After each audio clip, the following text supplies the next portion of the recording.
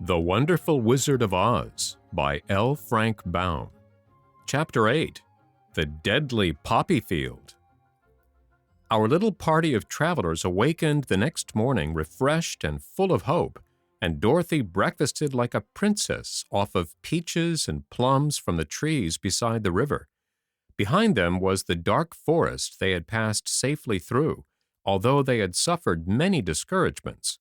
But before them was a lovely sunny country that seemed to beckon them on to the Emerald City.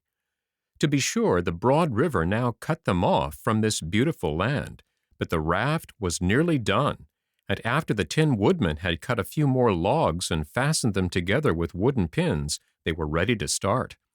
Dorothy sat down in the middle of the raft and held Toto in her arms. When the Cowardly Lion stepped upon the raft, it tipped badly, for he was big and heavy.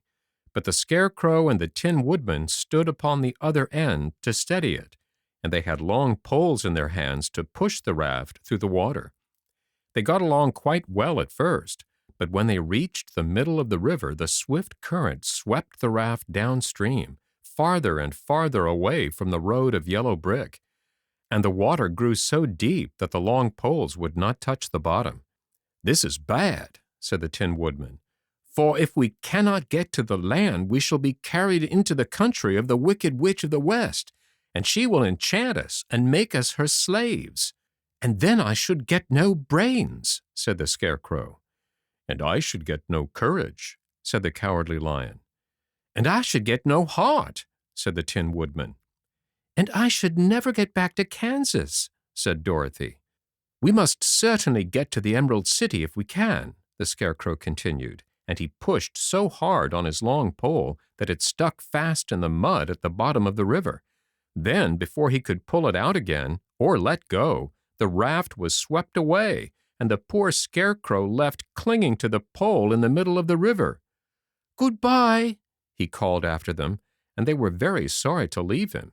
Indeed, the Tin Woodman began to cry, but fortunately remembered that he might rust, and so dried his tears on Dorothy's apron. Of course, this was a bad thing for the Scarecrow. "I'm now worse off than when I first met Dorothy," he thought. "Then I was stuck on a pole in a cornfield, where I could make believe scare the crows, at any rate. But surely there is no use for a Scarecrow stuck on a pole in the middle of a river. I'm afraid I shall never have any brains after all." Down the stream the raft floated, and the poor Scarecrow was left far behind. Then the Lion said, "Something must be done to save us. I think I can swim to the shore and pull the raft after me, if you will only hold fast to the tip of my tail." So he sprang into the water, and the Tin Woodman caught fast hold of his tail. Then the Lion began to swim with all his might toward the shore. It was hard work, although he was so big, but by and by they were drawn out of the current, and then Dorothy took the Tin Woodman's long pole and helped push the raft to the land.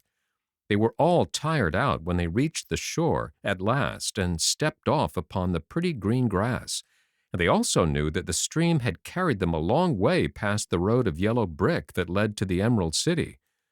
"What shall we do now?" asked the Tin Woodman, as the Lion lay down on the grass to let the sun dry him. "We must get back to the road in some way," said Dorothy. "The best plan would be to walk along the river bank until we come to the road again," remarked the Lion. So, when they were rested, Dorothy picked up her basket and they started along the grassy bank to the road from which the river had carried them. It was a lovely country, with plenty of flowers and fruit trees and sunshine to cheer them, and had they not felt so sorry for the poor Scarecrow, they could have been very happy. They walked along as fast as they could, Dorothy only stopping once to pick a beautiful flower, and after a time the Tin Woodman cried out, "Look!" Then they all looked at the river and saw the Scarecrow perched upon his pole in the middle of the water, looking very lonely and sad. "What can we do to save him?" asked Dorothy. The Lion and the Woodman both shook their heads, for they did not know. So they sat down on the bank and gazed wistfully at the Scarecrow until a stork flew by, who, upon seeing them, stopped to rest at the water's edge.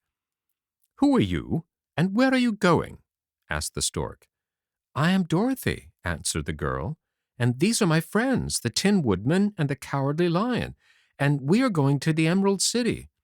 "This isn't the road," said the stork, as she twisted her long neck and looked sharply at the queer party. "I know it," returned Dorothy, "but we have lost the Scarecrow and are wondering how we shall get him again." "Where is he?" asked the stork. "Over there in the river," answered the little girl. "If he wasn't so big and heavy, I would go get him for you," remarked the stork. "He isn't heavy a bit," said Dorothy eagerly, "for he is stuffed with straw, and if you will bring him back to us, we shall thank you ever and ever so much." "Well, I'll try," said the stork, "but if I find he's too heavy to carry, I shall have to drop him in the river again." So the big bird flew into the air and over the water till she came to where the Scarecrow was perched upon his pole. Then the stork, with her great claws, grabbed the Scarecrow by the arm and carried him up into the air and back to the bank, where Dorothy and the lion and the Tin Woodman and Toto were sitting. When the Scarecrow found himself among his friends again, he was so happy that he hugged them all, even the lion and Toto, and as they walked along he sang, "Tol-de-ri-de-o." At every step he felt so gay. "I was afraid I should have to stay in the river forever," he said, "but the kind stork saved me, and if I ever get any brains, I shall find the stork again and do her some kindness in return." "That's all right," said the stork, who was flying along beside them. "I always like to help anyone in trouble, but I must go now, for my babies are waiting in the nest for me. I hope you will find the Emerald City and that Oz will help you." "Thank you," replied Dorothy, and then the kind stork flew into the air and was soon out of sight. They walked along listening to the singing of the brightly colored birds and looking at the lovely flowers, which now became so thick that the ground was carpeted with them. There were big yellow and white and blue and purple blossoms, besides great clusters of scarlet poppies, which were so brilliant in color they almost dazzled Dorothy's eyes. "Aren't they beautiful?" the girl asked, as she breathed in the spicy scent of the bright flowers. "I suppose so," answered the Scarecrow. "When I have brains, I shall probably like them better." "If I only had a heart, I should love them," added the Tin Woodman. "I always did like flowers," said the lion. "They often seem so helpless and frail, but there are none in the forest so bright as these." They now came upon more and more of the big scarlet poppies and fewer of the other flowers, and soon they found themselves in the midst of a great meadow of poppies. Now it is well known that when there are many of these flowers together, their odor is so powerful that anyone who breathes it falls asleep, and if the sleeper is not carried away from the scent of the flowers, he sleeps on and on forever. But Dorothy did not know this, nor could she get away from the bright red flowers that were everywhere about. So presently her eyes grew heavy, and she felt she must sit down to rest and to sleep. But the Tin Woodman would not let her do this. "We must hurry and get back to the road of yellow brick before dark," he said, and the Scarecrow agreed with him. So they kept walking until Dorothy could stand no longer. Her eyes closed in spite of herself, and she forgot where she was and fell among the poppies, fast asleep. "What shall we do?" asked the Tin Woodman. "If we leave her here, she will die," said the lion. "The smell of the flowers is killing us all. I myself can hardly keep my eyes open, and the dog is asleep already." It was true. Toto had fallen down beside his little mistress, but the Scarecrow and the Tin Woodman, not being made of flesh, were not troubled by the scent of the flowers.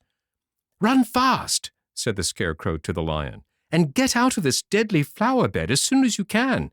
We will bring the little girl with us, but if you should fall asleep, you are too big to be carried." So the lion aroused himself and bounded forward as fast as he could go. In a moment he was out of sight. "Let us make a chair with our hands and carry her," said the Scarecrow. So they picked up Toto and put the dog in Dorothy's lap, and then they made a chair with their hands for a seat and their arms for the arms, and carried the sleeping girl between them through the flowers. On and on they walked, and it seemed that the great carpet of deadly flowers that surrounded them would never end. They followed the bend of the river, and at last came upon their friend the lion, lying fast asleep among the poppies. The flowers had been too strong for the huge beast, and he had given up at last, and fallen only a short distance from the end of the poppy bed, where the sweet grass spread in beautiful green fields before them. "We can do nothing for him," said the Tin Woodman sadly, "for he is much too heavy to lift. We must leave him here to sleep on forever, and perhaps he will dream that he's found courage at last." "I'm sorry," said the Scarecrow. "The lion was a very good comrade for one so cowardly, but let us go on." They carried the sleeping girl to a pretty spot beside the river, far enough from the poppy field to prevent her breathing any more of the poison of the flowers, and here they laid her gently on the soft grass and waited for the fresh breeze to waken her.